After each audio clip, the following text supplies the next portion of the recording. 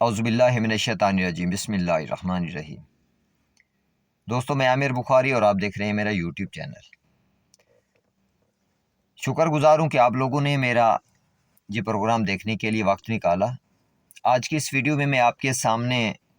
قوم لوط پہ آنے والے 3 گھنٹوں کے اندر 5 عذاب کون سے ہیں وہ آپ کے سامنے رکھنے والا ہوں۔ اور اس ویڈیو بنانے کا مقصد یہی ہے کیونکہ آپ کو بھی اسی چوراہے پہ لا کھڑا کر دیا ہے ان سیاست دانوں نے اور نام نہاد مذہبی رہنماؤں نے کہ آپ پہ عذاب آنے والا ہے اگر آپ لوگوں نے ان مذہبی رہنماؤں نے جنہوں نے یہ قانون بنایا ہے اور سیاسی رہنما جنہوں نے یہ قانون سازی کی ہے، قوم لوط والا قانون بنایا ہے، ان کی سپورٹ سے توبہ نہ کی، دوبارہ سے ان سیاستدانوں کو ووٹ دینے سے توبہ نہ کی، خدا سے پناہ نہ مانگی، تو پھر آپ کا انجام بھی ان لوگوں کے ساتھ ہونے والا ہے، خدا نہ خواستہ۔ تو اللہ تعالیٰ نے قرآن کریم میں ہمیں واضح طور پہ یہ تنبیہ فرمائی ہے کہ اگر تم کامن لا کو اوبے کرو گے، کامن لا کو مانو گے، تو پھر تمہارا انجام وہی قوم لوط والا ہونا ہے۔ اور اللہ تعالیٰ نے یہ 5 عذاب جو ہیں اسی لیے قرآن کریم میں بیان فرما دیے ہیں سورہ قمر میں، جس میں حالانکہ ایک آیت بار بار ریپیٹ کی ہے، اس ذات نے فرمایا ہے کہ اعوذ باللہ من الشیطان الرجیم، بسم اللہ الرحمن الرحیم، وَلَقَدْ يَسَّرْنَا الْقُرْآنَ لِلذِّكْرِ فَهَلْ مِن مُدَّكِرٍ، اور یقیناً ہم نے قرآن کو بہت ہی آسان کر دیا ہے ذکر کے لیے، کیا ہے کوئی نصیحت قبول کرنے والا؟ یہی ایک ہی آیت بار بار ریپیٹ ہوئی ہے، ایک قوم کے عذاب کو ذات نے بیان فرمایا، اس کے بعد پھر یہی آیت ریپیٹ کی۔ تو قوم لوط کے حوالے سے بھی یہی چیز ہے، قوم لوط پہ آنے والے عذاب کے بارے میں بتانے کے بعد پھر اللہ تعالیٰ نے یہی چیز بیان فرمائی ہے کہ ہم نے قرآن کو تمہارے لیے بہت آسان کر دیا ہے ذکر کے لیے، کیا ہے کوئی نصیحت قبول کرنے والا؟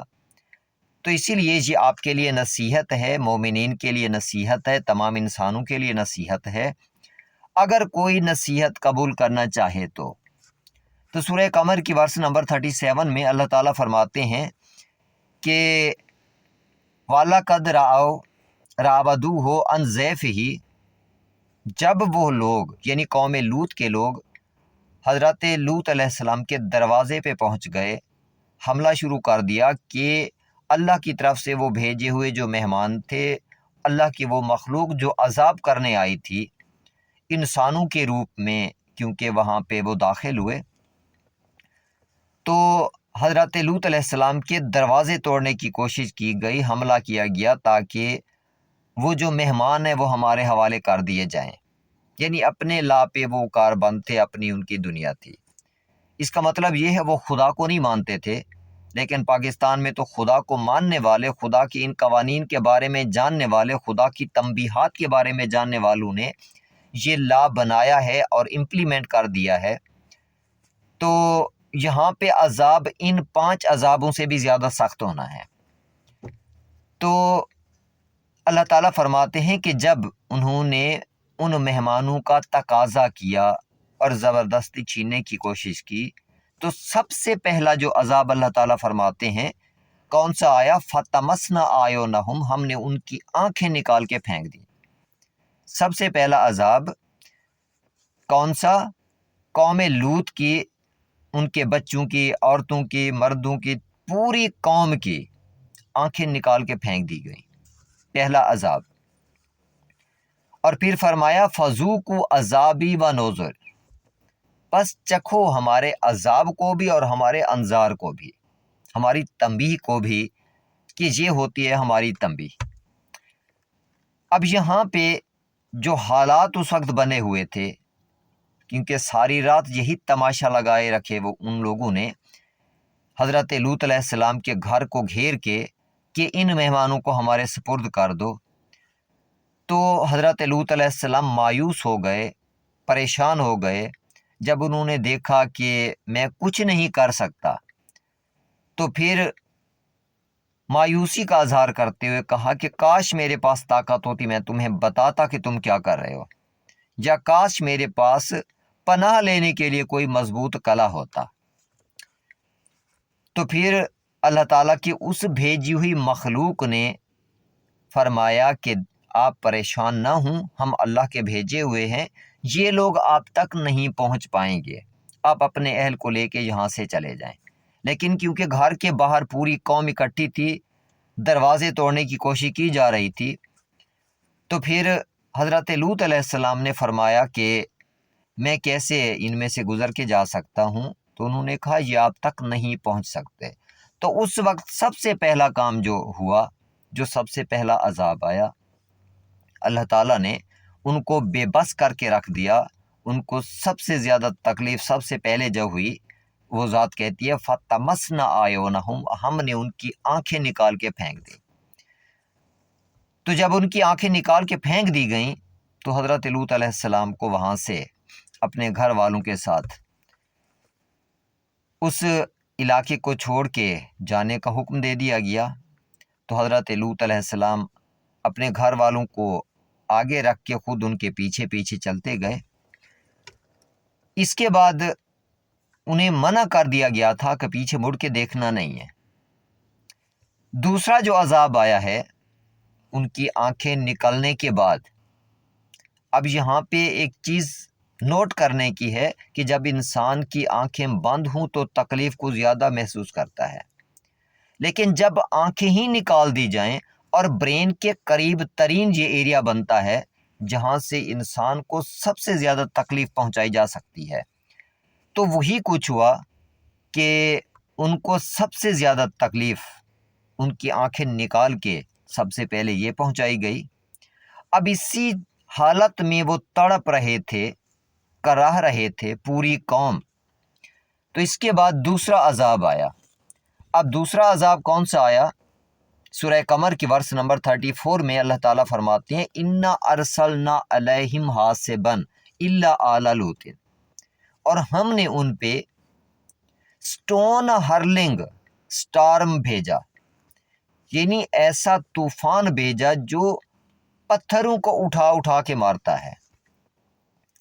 پتھر برسانے والا عذاب ہم نے ان پہ بھیجا حاسباً۔ تو یہ دوسرا عذاب تھا، یعنی ایک طرف وہ اذیت اور تکلیف میں کراہ رہے تھے، تڑپ رہے تھے، ان کی مدد کرنے کے حوالے سے سوچ بھی نہیں سکتے تھے کیونکہ پوری قوم کا یہی حال تھا، ہر ایک انسان تڑپ رہا تھا۔ تو دوسرا عذاب جو آیا وہ کون سا تھا؟ پتھروں کا عذاب آیا، پتھروں کی بارش ہوئی، اور وہ سٹون ہرلنگ تھا، یعنی پتھر برسانے والا عذاب۔ لیکن اللہ تعالیٰ فرماتے ہیں کہ ہم نے آل لوط کو نجات دی، نجیناہم بسحرن، صبح کے وقت، سحری کے وقت، صبح نہیں بلکہ سحری کے وقت ہم نے ان کو نجات دی۔ اگلی آیت میں فرمایا نعمتن من عندنا، یہ ہماری طرف سے نعمت تھی آل لوط کے لیے۔ کذالک نجزی من شکر، اس چیز پہ غور کیجئے گا، اللہ تعالیٰ فرماتے ہیں اور ہم اسی طرح کذالک، اسی طرح نجزی، ہم جزا دیتے ہیں من شکر، جو شکر گزار ہوتا ہے۔ تو آل لوط میں جو مرد تھے جن کو اللہ نے مرد بنایا تھا، وہ شکر گزار رہے کہ اے ہمارے پالنے والے، شکر ہے آپ نے ہمیں مرد بنایا۔ جو بیٹیاں تھیں مولا کی، حضرت لوط علیہ السلام کی، تو وہ اپنی جگہ پہ اللہ کے شکر گزار رہیں کہ الحمدللہ آپ نے ہمیں عورتیں بنایا ہے۔ تو اللہ تعالیٰ فرماتے ہیں اسی طرح ہم شکر گزاروں کو جزا دیتے ہیں، پاکستانی قوم کی طرح نہیں۔ پاکستان کے اب تک 30,000 لوگوں نے اپنا جینڈر چینج کرانے کے لیے درخواستیں دی ہیں۔ تو یہ تھا خدا کا ایک میسج کہ دوسرا عذاب جو ان پہ آیا وہ کون سا آیا، اور ہم نے ان کو نجات دی، جن کو تو کیوں دی، یعنی جو پاکیزہ فطرت ہوتے ہیں، جو اللہ کے بندے ہوتے ہیں، جو اللہ کی نعمات کا شکر ادا کرتے ہیں، ان کو جس حالت میں بھیج دیا جائے، چاہے مرد کی صورت میں بھیجا جائے چاہے عورت کی صورت میں، جس جینڈر میں بھی ان کو بھیجا جائے، خدا کے شکر گزار ہوتے ہیں تو ہم ان کو اسی طرح جزا دیتے ہیں۔ اللہ کے قوانین کی پاسداری کرتے ہیں جو، ہم ان کو اسی طرح سے جزا دیتے ہیں، کیونکہ آل لوط نے اللہ کے قائم کردہ حدود کو نہیں توڑا بلکہ اللہ کے سامنے سر جھکا کے رہے تو ان کو اللہ نے نجات دی اور قوم لوط کو عذاب دیا۔ دوسرے عذاب کے بعد اللہ تعالیٰ فرماتے ہیں سورہ الحجر میں تیسرا عذاب کون سا آیا؟ فَأَخَذَتْهُمُ الصَّيْحَةُ مُشْرِقِينَ، جب سورج طلوع ہو رہا تھا تو اس وقت کیا ہوا؟ اللہ تعالیٰ فرماتے ہیں کہ سنگل بلاسٹ کا ہم نے عذاب بھیجا، صیحتن کا۔ اب یہ عذاب پہلی قوموں پہ بھی آ چکا ہے، یعنی پہلے ہی وہ اتنے عذاب اور تکلیف میں تھے کہ جن کی پہلے آنکھیں نکال دی گئیں، اس کے بعد پتھر مارے گئے، شدید ترین طوفان کے ذریعے مزید اذیت دی گئی۔ اس کے بعد تیسرا عذاب ایسا آیا جس نے مکمل طور پہ ان کے ایک ایک عضو کو جھنجھوڑ کے رکھ دیا، برباد کر کے رکھ دیا، بہت زیادہ اذیت پہنچی ان کو۔ کیونکہ اگر آپ ان لوگوں سے ملیں جو بم بلاسٹ میں کسی قریب ایریا میں تھے تو کافی عرصہ گزرنے کے بعد بھی وہ آپ کو یہی کہتے پائیں گے کہ ہمارے جسم میں اب بھی تک سکت نہیں ہے، بہت درد ہوتا ہے، اس دھماکے کے بعد ہمارا جسم کچھ برداشت نہیں کر سکتا۔ تو یہ تو عام بم بلاسٹ ہوتا ہے، تھوڑا بہت دھماکہ ہوتا ہے اس میں، لیکن جو خدا کا عذاب تھا اس نے ایک ایک سیل تک کو یہ تکلیف پہنچائی ہوگی یقینی طور پہ، اور اس کے بارے میں تو انسان سوچ بھی نہیں سکتا۔ تو سورج طلوع ہونے تک یہ تین عذاب، اس کے بعد جیسے سورج طلوع ہوا چوتھا اور پانچواں عذاب پھر اکٹھے آئے۔ چوتھا عذاب جو ہے اس کے بارے میں اللہ تعالیٰ یہ بھی اسی سورہ الحجر میں بیان فرماتے ہیں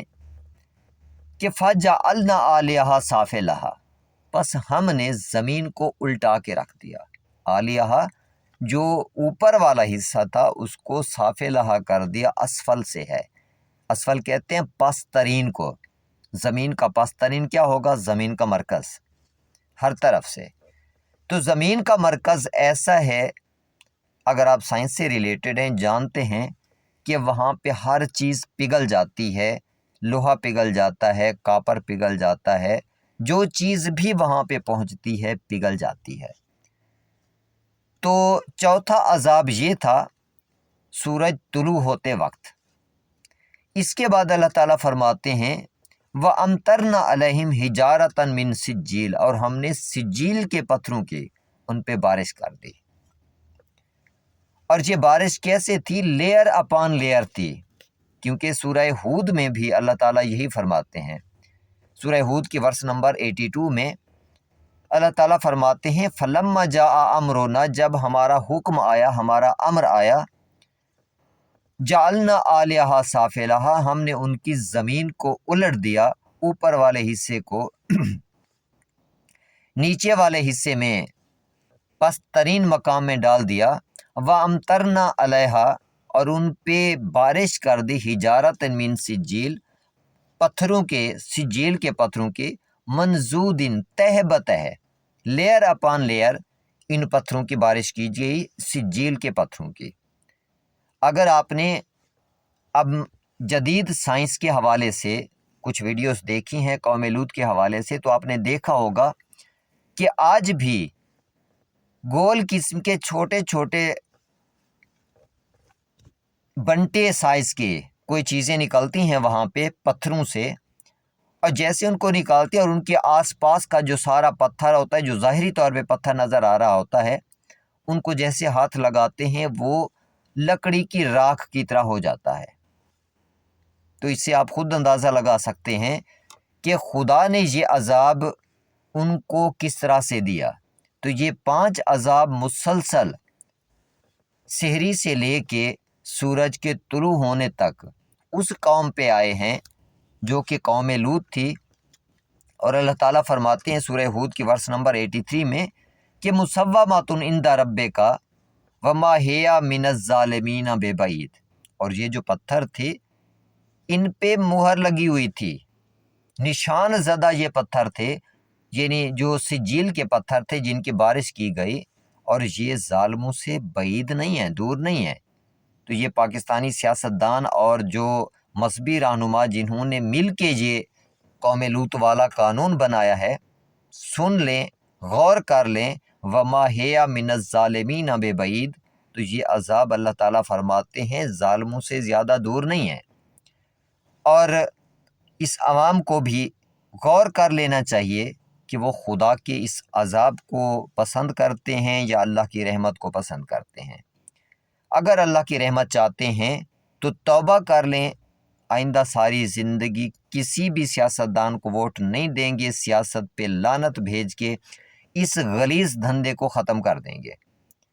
کیونکہ بذات خود یہ ایک ایسا کرتوت ہے کہ جس میں ایک متقی انسان کا ووٹ بھی اور ایک شرابی انسان کا ووٹ، دونوں کی رائے برابر ہے۔ ایک جھوٹے اور ایک سچے انسان کی رائے برابر ہے، ایک ظالم اور ایک مظلوم کی رائے برابر ہے، ایک عالم اور ایک جاہل کی رائے برابر ہے، ایک ڈاکٹر اور ایک کچرے پہ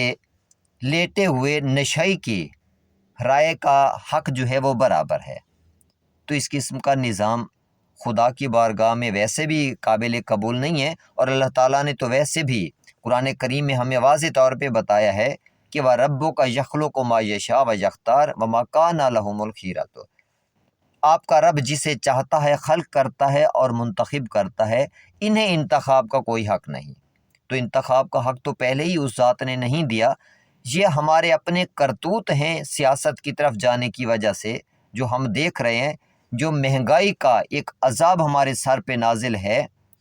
یہ ہم نے خدا کی ان آیات کی خلاف ورزی کی ہے، ان لوگوں کو اپنے سروں پہ بٹھایا ہے،